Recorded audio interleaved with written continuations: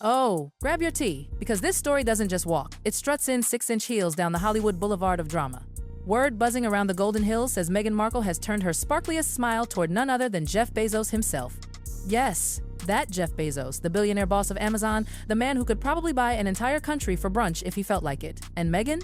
Oh, she's been slipping into his professional orbit like a woman who suddenly remembered she used to be an actress and wants back in front of the camera. But wait, here comes the twist that could fuel 1,000 whispers.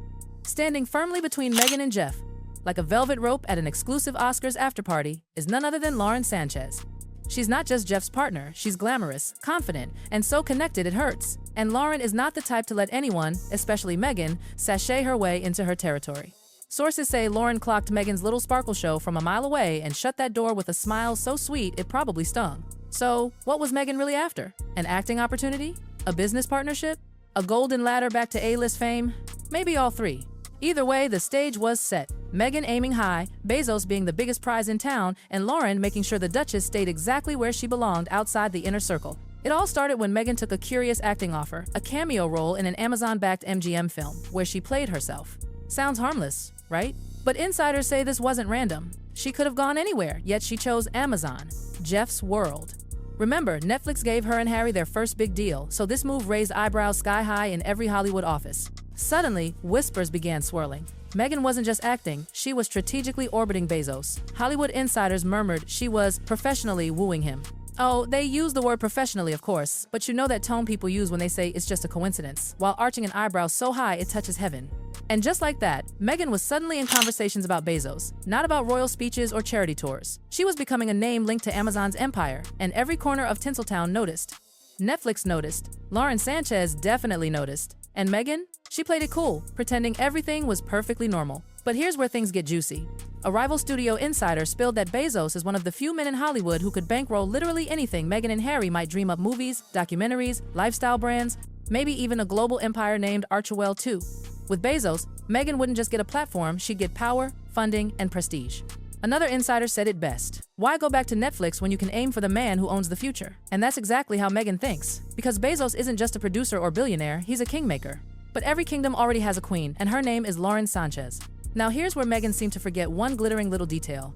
Jeff is already taken. And not just by anyone. Lauren Sanchez isn't some shy shadow lurking behind him. She's bold, magnetic, and fully aware of her place beside one of the world's most powerful men. She's got connections stretching from Hollywood to high society names like Bethany Frankel, who reportedly had Meghan figured out long before the rest of the world caught on. Sources claim Lauren saw Meghan's move before Meghan even made it. That's how sharp she is. And here's the kicker. People in the industry say Meghan and Lauren share some traits. Both know how to find powerful men. Both know how to dress for attention. Both know how to make an entrance like the world is their runway. But here's the difference. Lauren owns it. Meghan performs it. Lauren doesn't fake humility or try to appear wholesome. She shines openly, embracing the spotlight. That confidence makes her untouchable. Insiders whispered that Meghan would never get past Lauren because Lauren isn't just Jeff's partner, she's his gatekeeper. She filters who gets in, who stays out, and who even gets to speak in that orbit. Trying to reach Bezos without going through Lauren? That's like trying to sneak into a castle while the queen stands at the drawbridge smiling sweetly as she says, "Not today, darling." And if Meghan thought she could glide right into Bezos' elite world, the Kardashian birthday party proved otherwise. Oh, that night was supposed to be glamorous, but it became gossip gold for all the wrong reasons. Harry and Meghan attended Kris Jenner's birthday bash, the crown jewel of Hollywood's social calendar. But instead of blending in like polished royalty, they reportedly stood out like a squeaky shopping cart in a Chanel boutique. Photos leaked faster than champagne could be poured. There was Meghan, caught snapping her fingers for service as if she were back in Buckingham Palace. Harry, meanwhile, looked lost like someone forgot to hand him the evening script. Around them, the other guests, sleek, confident, camera-ready, glowed effortlessly. Meghan, on the other hand, seemed tense, her face screaming, "Why is that camera catching my bad angle?" Sources say the guests didn't warm up to them. There were polite smiles but no real connection. No private laughter. No exclusive toasts. They were background noise, and Meghan does not do background. Hollywood noticed, the Kardashians noticed. And suddenly, people started asking the dangerous question.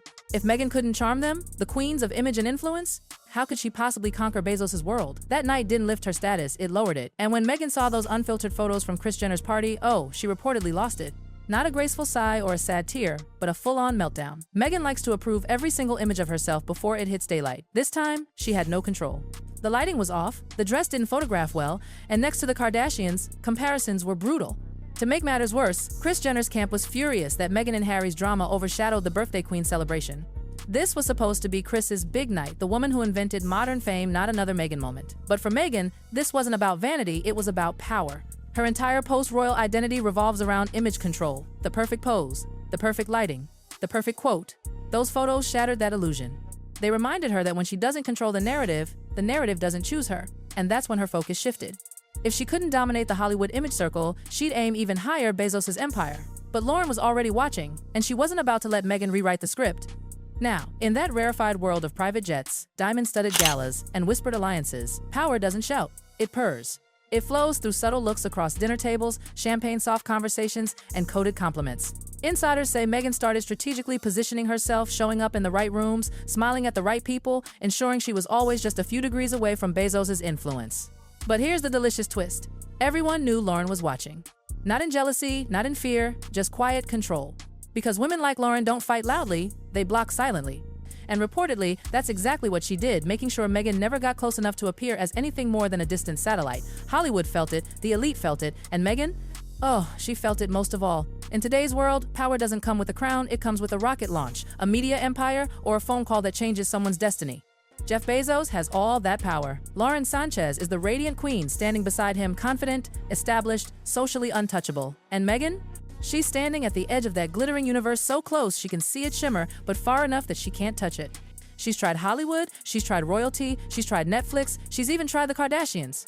And now she's tried orbiting Bezos, only to find Lauren guarding that galaxy with a smile that says, "Nice try, darling." So the world watches quietly but eagerly. Will Meghan try again? Will she reinvent herself yet another time? Will she find another ladder to climb, or has she finally met the ceiling of her own ambitions? Because in this shimmering circle, nothing stays still. Power shifts. Doors open, then slam shut. Alliances sparkle and fade. And one thing's for sure, this saga isn't over. It's simply waiting for Meghan's next move.